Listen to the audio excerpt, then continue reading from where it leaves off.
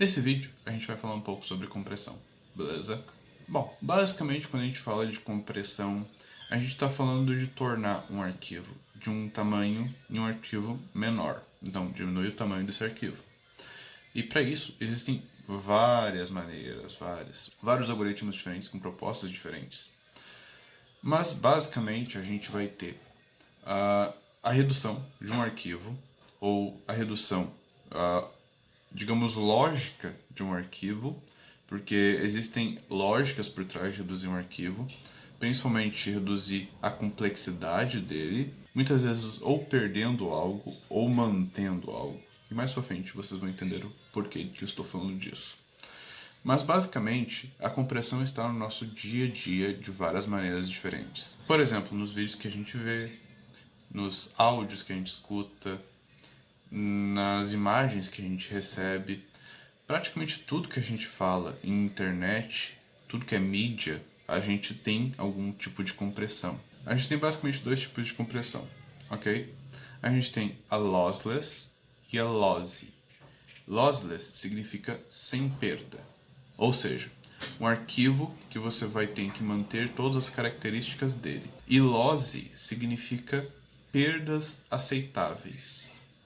Então, basicamente, imagine o seguinte, imagine que você vai numa viagem, tudo bem? E para ir para essa viagem, você vai ter que levar uma parte das suas roupas. E essa parte das suas roupas, você vai ter que fazer uma organização para que elas ocupem o máximo de espaço possível dentro da sua mala. Isso a gente está falando da lossless.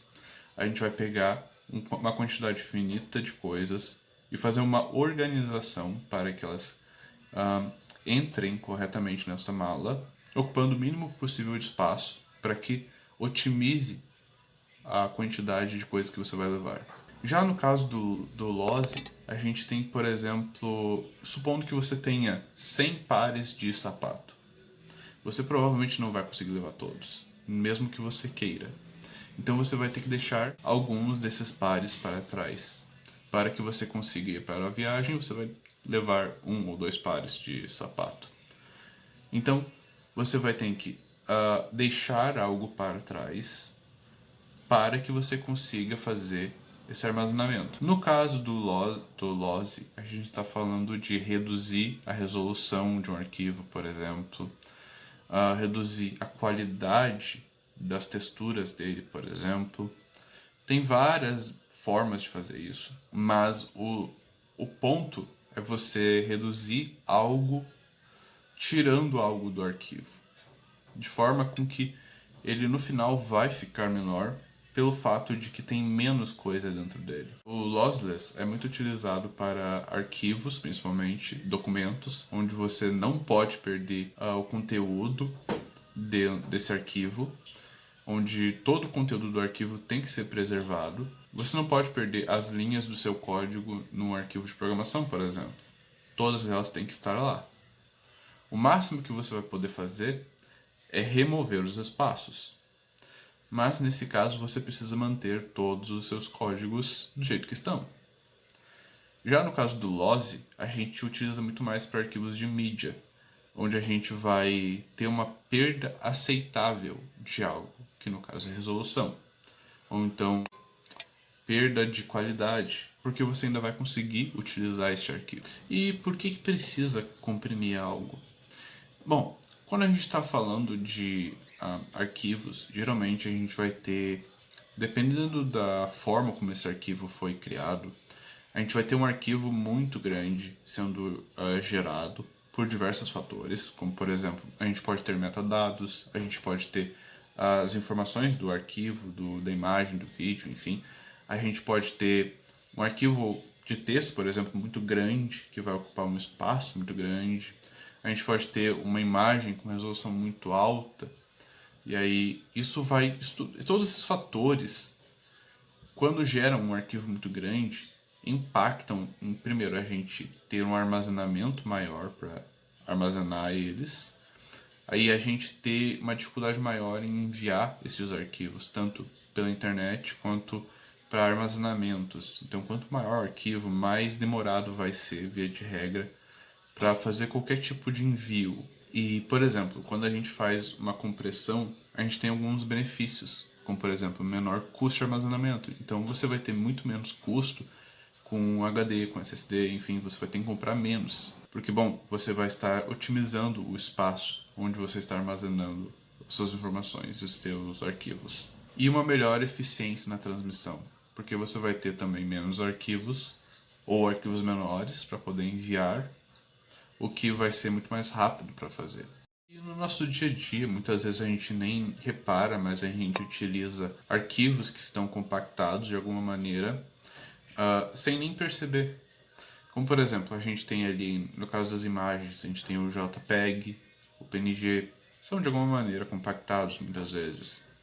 Músicas, a gente vai ter MP3, AAC, que podem ter frequências reduzidas para poder ter menor armazenamento. A gente tem vídeos, a gente tem MP4, por exemplo, principalmente para transmissão, para envio. Tem arquivos compactados para envio para outras pessoas, então você tem o Zip, o RAR, o 7-Zip, enfim, para backups também. Redes sociais, a gente tem muito de utilização de arquivos compactados e imagens, principalmente, imagens, vídeos, documentos, que a gente precisa fazer uma compactação para poder enviar para uma pessoa de uma maneira mais rápida, então a gente não pode estar enviando arquivos muito pesados para qualquer pessoa. Imagina se você vai enviar um áudio e esse áudio tem 10 gigas, não faz sentido, sabe? Então a gente tem que enviar áudios menores para que tudo pareça mais fluido.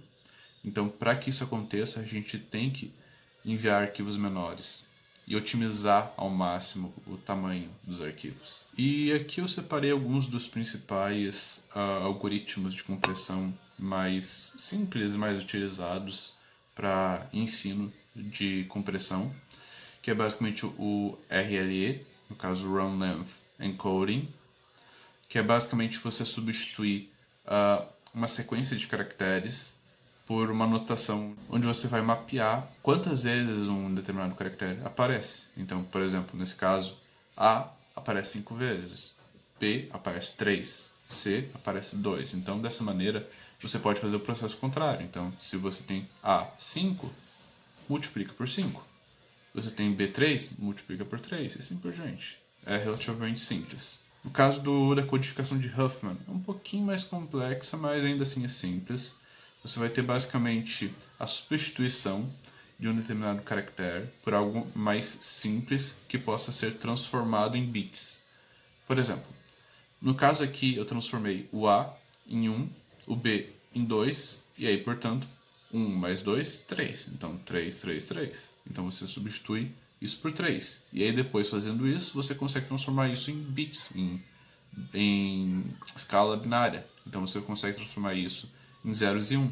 E com isso você consegue fazer a compressão dos bits, você consegue tornar esse arquivo em bits menores. E no caso do LZW, você vai ter basicamente a utilização de dicionários, onde você vai fazer como se fosse uma tabela, onde você coloca este caractere equivale a isso, este outro equivale a isso. Então você vai ter um dicionário dizendo o que é cada coisa, ou como se fosse uma legenda de uma imagem, por exemplo. E a gente utiliza muito isso na internet, para vários tipos de serviços, como streaming, onde é muito utilizado, já que a gente tem que estar exibindo um vídeo constantemente, vários quadros por segundo constantemente.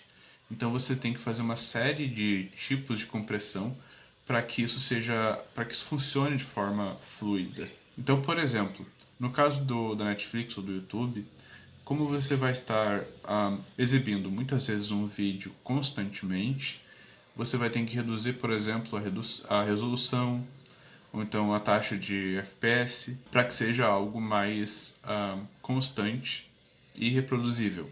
Então, se você tem um vídeo que você gravou em 60 FPS, para que você possa exibir isso no YouTube, é muito mais interessante você exibir ele a 30, porque você vai ter uma quantidade menor de imagens sendo transmitidas, sendo exibidas por segundo.